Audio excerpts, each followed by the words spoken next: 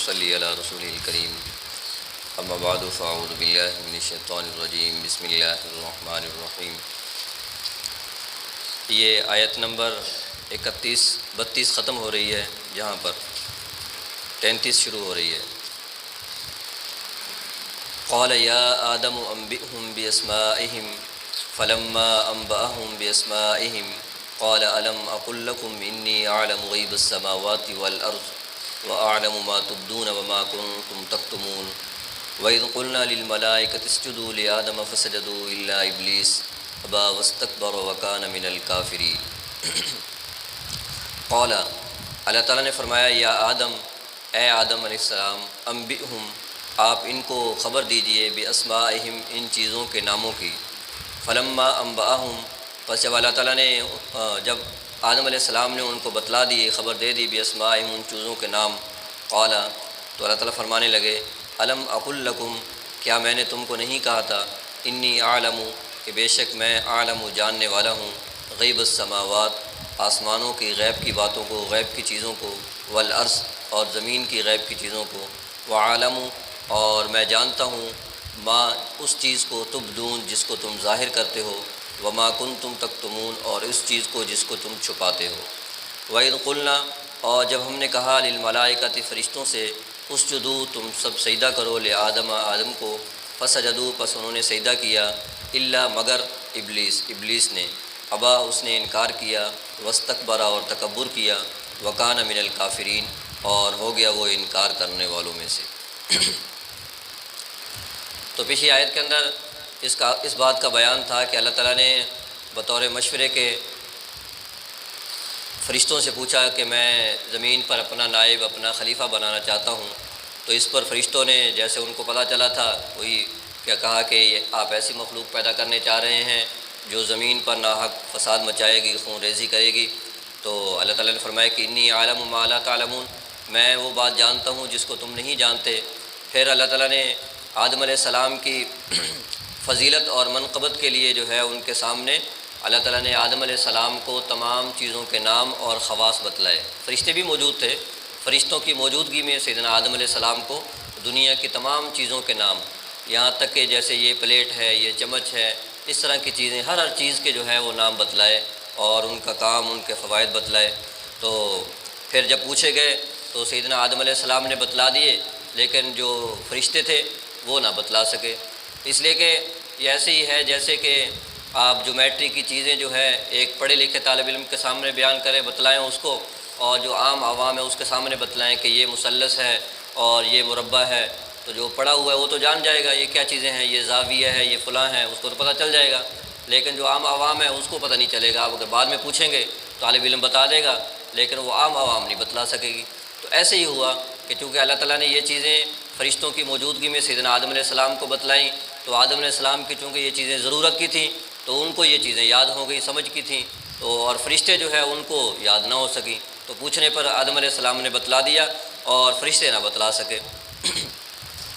تو جب فرشتوں سے پوچھا تو اس میں اللہ تعالیٰ نے تعبیر یہ اختیار کی، انبئونی، کہ مجھے بتلاؤ ان چیزوں کے نام۔ اور جب آدم علیہ السلام سے پوچھا، ان سے فرمایا کہ انبئہم، کہ آپ ان فرشتوں کو بتلائیں۔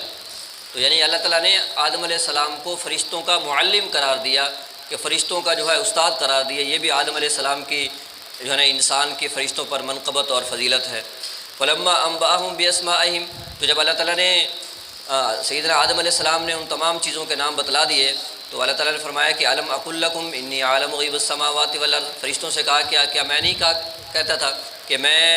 جو ہے زمین و آسمان کے غیب کو جانتا ہوں، کہ میں اس مخلوق کو پیدا کرنا چاہ رہا ہوں تو اس میں کیا حکمتیں ہیں، کیا راز ہیں، وہ میں جانتا ہوں۔ وَأَعْلَمُ مَا تُبْدُونَ، اور میں اس چیز کو بھی جانتا ہوں کہ جس کو تم ظاہر کرتے ہو۔ تم کس چیز کو ظاہر کر رہے تھے کہ تم جو ہے یہ کہہ رہے تھے کہ آپ ایسی مخلوق کو پیدا کر رہے ہیں جو زمین پر فساد مچائے گی اور ناحق خون ریزی کرے گی۔ ہم جو ہے آپ کی تسبیح بیان کرتے ہیں، آپ کی بڑائی بیان کرتے ہیں، اس چیز کو تم ظاہر کر رہے تھے۔ وَمَا كُنتُمْ تَكْتُمُونَ، اور جس چیز کو تم چھپا رہے تھے، تم کس چیز کو چھپا رہے تھے؟ تم دل میں یہ چیز چھپا رہے تھے کہ اللہ تعالیٰ ہم سے زیادہ معزز کسی مخلوق کو پیدا نہیں کرے گا،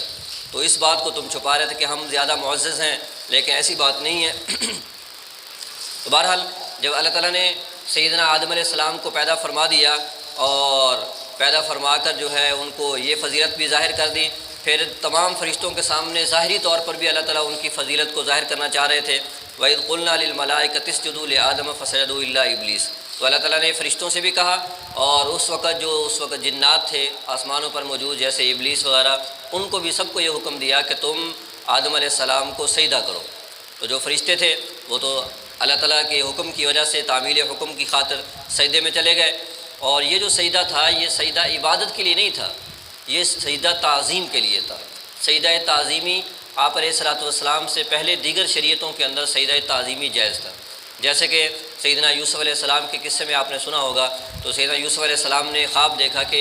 مجھے جو ہے وہ 11 ستارے، ایک سورج چاند جو ہے وہ مجھے سجدہ کر رہے ہیں، مراد یہی یعنی اس کے والدین اور اس کے بھائی جو ہے۔ پھر بعد میں جب اللہ تعالیٰ نے ان کو بادشاہ دے دی اور انہوں نے اپنے کنبے کو جو ہے مصر کے اندر بلایا، تو وہاں پر جو ہے انہوں نے ان کو سجدہ کیا، تو یہ سجدہ تعظیمی تھا۔ سجدہ عبادت جو ہے وہ پہلی شریعتوں کے اندر بھی ناجائز تھا اور ہماری شریعت کے اندر بھی ناجائز ہے، البتہ یہ ہے کہ سجدہ تعظیمی بھی ہماری شریعت کے اندر غیر اللہ کو ناجائز قرار دے دیا گیا، جیسے کہ حدیث پاک کے اندر آتا ہے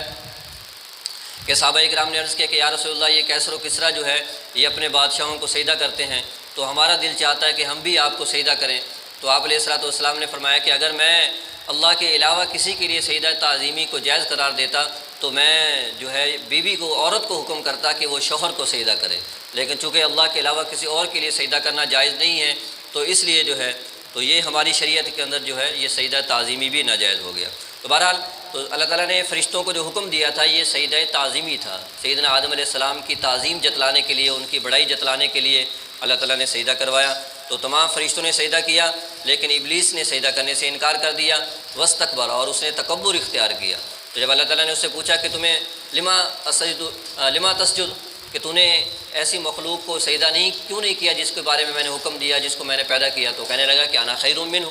میں تو اس سے بہتر ہوں، کہ خلقتنی من نار وخلقتہ من طین، کہ آپ نے مجھے جو ہے وہ آگ سے پیدا کیا ہے، اس کو مٹی سے پیدا کیا ہے۔ آگ کی صفت یہ ہے کہ آگ بلند ہوتی ہے اور مٹی جو ہے وہ پست ہوتی ہے، تو میں جو ہے بلند ہوں اور میں اس سے بہتر ہوں، تو میں اپنے سے نعوذ باللہ گھٹیا کو سجدہ کیسے کر سکتا ہوں؟ جو مجھ سے گھٹیا ہے اور مجھ سے حقیر ہے تو میں اس کو کیسے سجدہ کر سکتا ہوں؟ تو یہ اس نے بطور تکبر کے کہا، تو وکان من الکافرین، تو وہ انکار کرنے والوں میں سے ہو گیا۔ تو سجدے کا جو ہے انکار کر دیا اس نے، اور سجدہ نہ کرنے کی وجہ سے کافر نہیں ہوا۔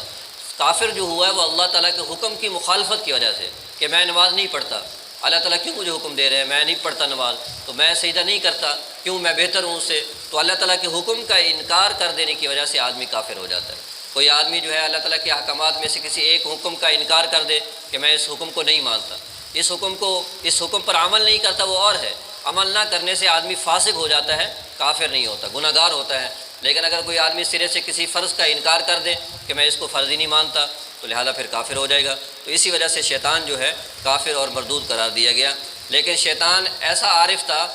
مفسرین نے لکھا ہے کہ پہچانتا تھا اللہ تعالیٰ کی محبت کو، اللہ تعالیٰ کی بڑائی کو، اس وقت بھی جو ہے اللہ تعالیٰ سے دعا کر دی کہ اے باری تعالیٰ کہ آپ نے مجھے دھتکار تو دیا ہے، لیکن یہ ہے کہ آپ مجھے جو ہے قیامت تک کے لیے مجھے مہلت دے دے۔